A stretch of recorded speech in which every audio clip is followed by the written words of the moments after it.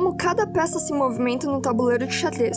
Saber movimentar as peças no tabuleiro de xadrez é essencial antes de começar a jogar, assim podendo começar a formar planos e estratégias de forma mais eficaz. No vídeo passado, vimos um pouco sobre o peão, a peça mais numerosa no tabuleiro. No total, temos 16, sendo 8 para cada lado. O peão na primeira casa pode optar entre andar de 1 a 2 casas na primeira jogada.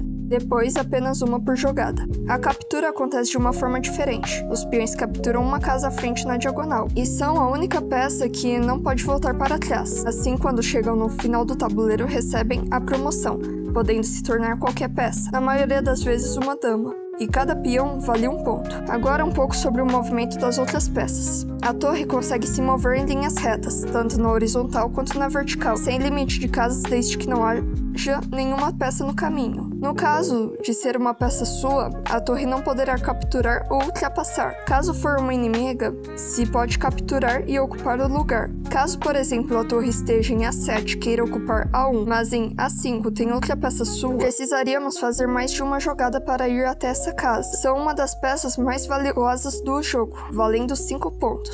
Quanto aos bispos, eles se movimentam na diagonal. E assim como a torre não tem limite de casas, desde que o caminho esteja livre. Os bispos nunca podem mudar a cor de suas casas. Assim temos 2 tipos de bispos, o de casas claras e o de casas escuras. Eles podem fazer jogadas curtas.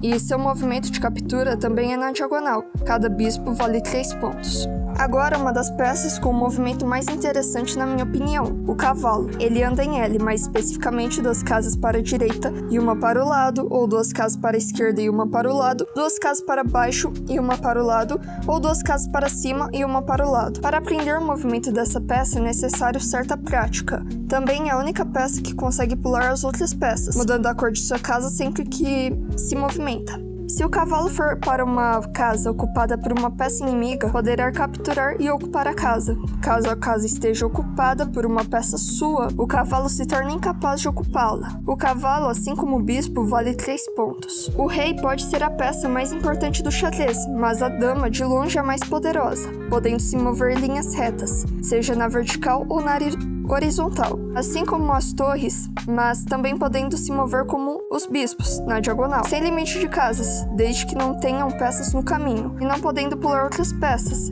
e também sendo capaz de fazer jogadas mais curtas. A dama captura na mesma direção em que se movimenta. A dama é a peça que vale 9 pontos, sendo uma das mais valiosas. O rei segue as mesmas movimentações da dama, porém limitado a uma casa por jogada, podendo ir na diagonal, vertical e horizontal. Não é uma peça que pode ser capturada, mas vale o jogo inteiro em caso de checkmate, sendo considerada a peça mais importante.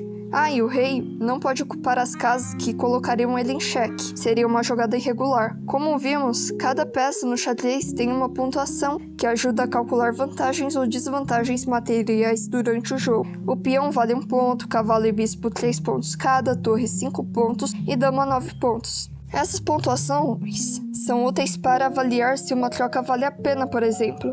Se você captura um bispo adversário, que vale 3 pontos, com uma dama, que vale 9 pontos, e ele recaptura sua dama com um peão que vale 1 ponto, a troca não seria vantajosa. Por outro lado, trocar um bispo por um cavalo, ambos valendo 3 pontos, seria aceitável dependendo da posição no tabuleiro. Para finalizar, deixo a dica. Tente colocar os movimentos em prática, em um tabuleiro, seja físico ou virtual. Todo aprendizado se torna mais eficaz com a prática. O xadrez é um jogo de aprendizado constante, e sempre há como evoluir. Podem me chamar de Quirino, e se você assistiu até aqui, meu muito obrigado!